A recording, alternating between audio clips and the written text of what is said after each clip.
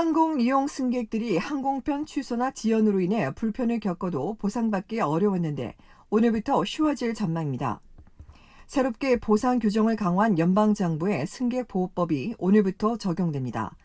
이에 따라 항공편이 취소되거나 지연되는 경우 항공사는 출발 시간을 기준으로 48시간 안에 해당 항공사 또는 타사 항공편을 포함해 대체 항공편을 제공해야 합니다. 그런데 대체 항공편으로 재예약이 안 될 경우엔 승객의 선택에 따라 재예약해주거나 환불해줘야 합니다. 환불도 원래 결제 수단으로 30일 이내에 처리해줘야 되기 때문에 이전처럼 신용카드 결제 고객에게 바우처 등을 제공할 수 없게 됩니다. 특히 천재지변이나 전쟁 등 항공사가 통제할 수 없는 경우로 취소되거나 지연돼도 보상해줘야 합니다.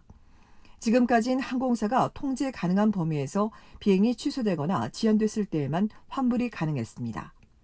또한 이번 규제는 국제선뿐만 아니라 국내선과 환승 항공편까지로 확대됩니다. 이에 대해 한 소비자는 급히 떠나야 하거나 내일 중요한 행사로 가야 하는 상황에서 48시간 이내 대체 항공편은 무용지물이라고 지적했습니다. 또 현재 규정을 약간 개선한 것뿐이라는 승객 옹호단체는 이번 규정이 앞으로 발생하게 될 유행병이나 천재지변, 공항 폐쇄 등에만 적용된다며 코로나 팬데믹 이후 지금까지 누적된 항공사들의 보상 거부 사태를 조속히 해결해야 한다고 촉구했습니다. 앞서 코로나 팬데믹 규제가 풀리면서 공항 내 수속 지연과 항공편 취소가 빈번하게 발생했는데도 항공사들이 안전 문제를 들어 환불을 거부하면서 승객들의 불만이 많았는데 특히 정부가 에어 캐나다 등 항공사에 대한 조사에 적극 나서지 않아 승객들의 불만이 더 커졌습니다. 이에 대해 항공사 협회는 보안이나 세관, 공항 공사 문제로 지연되거나 취소되는 경우도 항공사에만 책임이 부과된다며 이번 규정으로 인해 항공요금이 더 오르게 될 것이라고 강조했습니다. 한편 캐나다 공항의 지연 사태 등이 개선돼 가는 것으로 알려진 가운데 캐나다 교통법에 따르면 항공기 승객보호법을 위반한 항공사에 대해 정부가 조사하고 적발 시 최대 2만 5천 달러의 벌금이 부과될 수 있습니다.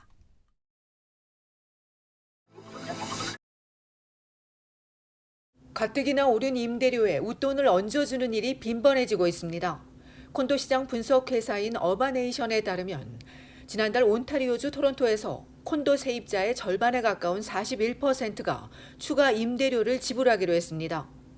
이들이 더 내기로 한 추가 임대료 액수는 매월 평균 132달러에 달합니다. 8월 토론토의 콘도 임대 비용은 평균 2,806달러로 전년과 비교해 19.5%, 즉 458달러가 올랐습니다.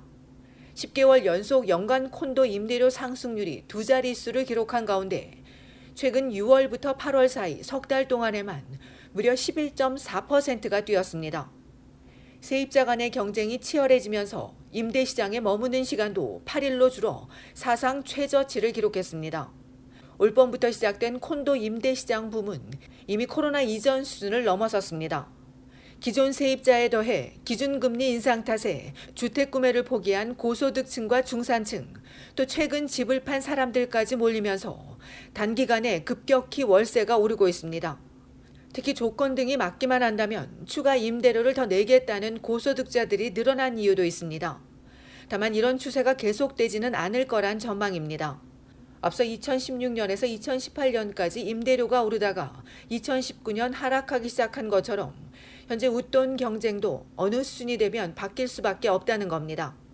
월세가 너무 많이 오르게 되면 세입자들이 룸메이트를 얻거나 더 저렴한 건물로 이사하게 되고 그러면 수요 역시 둔화하게 됩니다. 지난달에도 이런 초기 징후는 나타났습니다. 지금도 여전히 임대료가 오르고 있긴 하지만 한 달 전인 7월보다 지난달 거래량이 줄었습니다. 여기에 더해 시장에 나온 임대 매물은 지난해보다 30%나 더 늘었습니다. 이 때문에 이런 현상이 계속되면 임대료도 안정화되기 시작할 것이라고 전문가는 예상했습니다. 한편 어제 연방중앙은행이 기준금리를 또 올리면서 3.25%가 됐습니다.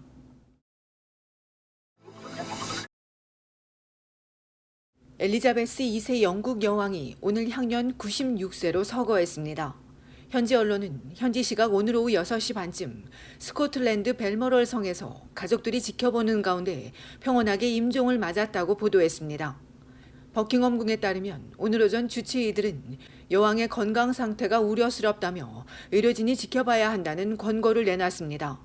발표 이후 찰스 왕세자와 부인 카밀라, 윌리엄 왕세 손을 포함한 영국 왕실 가족들이 벨모럴 성으로 급히 모였습니다. 여왕은 지난해 4월 남편 필립 공이 세상을 뜬 뒤 건강이 좋지 않다는 소식이 들렸으며 지난해 10월 이후엔 부쩍 쇠약해진 모습을 보여왔습니다. 1926년 4월 21일 생인 엘리자베스 2세 여왕은 1952년 아버지 조지 6세 서거 이후 25세 나이로 왕위에 올라 올해로 즉위 70주년을 맞았습니다. 현존하는 세계 군주 가운데 최고령자였던 여왕은 지난 70년간 영국과 캐나다 등 영연방을 직접 통치하진 않았으나 존재감과 상징성을 바탕으로 현실 국제 정치에 직간접적으로 영향을 미쳤습니다. 오늘 여왕이 서거하면서 왕위 계승 1위인 찰스 왕세자가 바로 왕위를 잇게 됐습니다.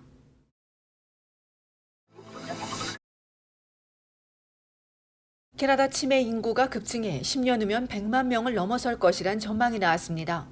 캐나다 알츠하이머 협회는 현재 치매를 겪는 환자가 2020년 기준 59만 7천여 명인데 2030년에는 2배에 가까운 100만 명을 넘어설 걸로 내다봤습니다. 또 30년 뒤인 2050년에는 3배 많은 170만 명에 달할 것으로 전망했습니다. 협회에 따르면 2020년 한 해에만 12만 4천여 명이 치매 진단을 받았는데 이는 1시간마다 15명의 환자가 늘어난 셈입니다. 고령자가 증가하면서 치매 환자도 급증하는 건데 베이비 부머 세대가 나이를 먹으면서 치매 환자도 함께 급증할 것으로 예상됩니다. 개인의 고통과 가족의 어려움을 넘어 사회적 차원의 보살핌이 요구되는 치매의 인구 증가는 환자를 돌보는 사회적 비용 증가로 이어집니다.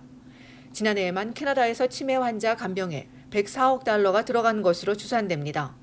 예 협회는 다른 병과 마찬가지로 치매도 치료보다 예방이 중요하다며 연방과 각주 정부가 지금부터 의료 시스템과 인력 충원에 더 투자해야 한다고 촉구했습니다.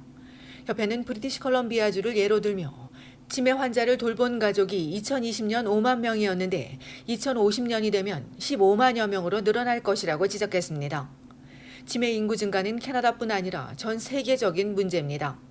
세계보건기구 WHO 역시 2050년에는 1억 5,300만여 명의 치매 환자가 발생할 것으로 예상된다며 각국의 대책 마련을 촉구한 바 있습니다.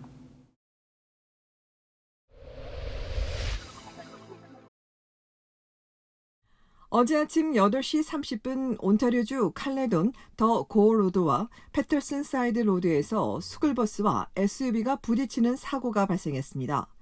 이 사고로 스쿨버스에 타고 있던 13살 학생과 SUV 여성 운전자 그리고 여성 운전자의 아기가 병원으로 이송됐는데 다행히 큰 부상은 아닌 것으로 알려졌으며 버스 운전자의 부상 정도는 전해지지 않았습니다.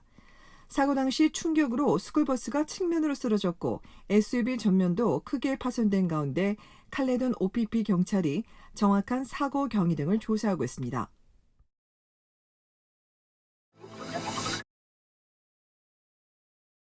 알버타주 에드먼턴에서 묻지마 흉기 사건이 발생해 한 명이 숨지고 2명이 크게 다쳤습니다.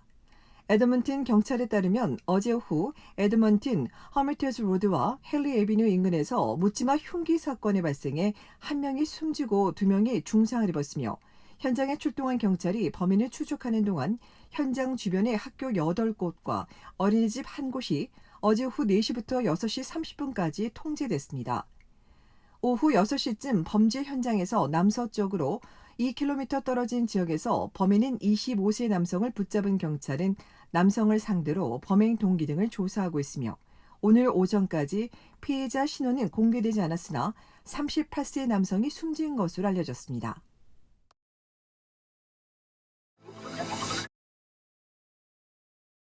온타리오주 토론토시가 공원에서 발생하는 사고를 막기 위해 경비를 강화하기로 하고 업체를 모집 중인 것으로 알려졌습니다.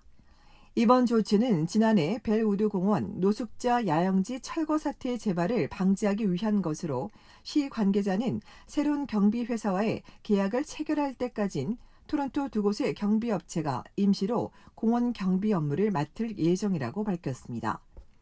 이에 일부는 공원을 찾는 주민의 안전을 위해 찬성한다는 의견이 있지만 한편에선 경비가 시민들을 무엇으로부터 보호한다는 것인지 알 수 없다며 반대하기도 했습니다.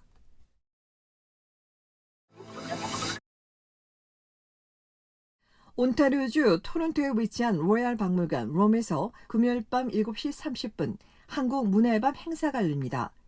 박물관의 특별 프로그램인 롬 애프터 다크 라드 프로그램의 올해 첫 행사로 주 캐나다 한국문화원과 함께 한국문화 특집으로 구성됩니다.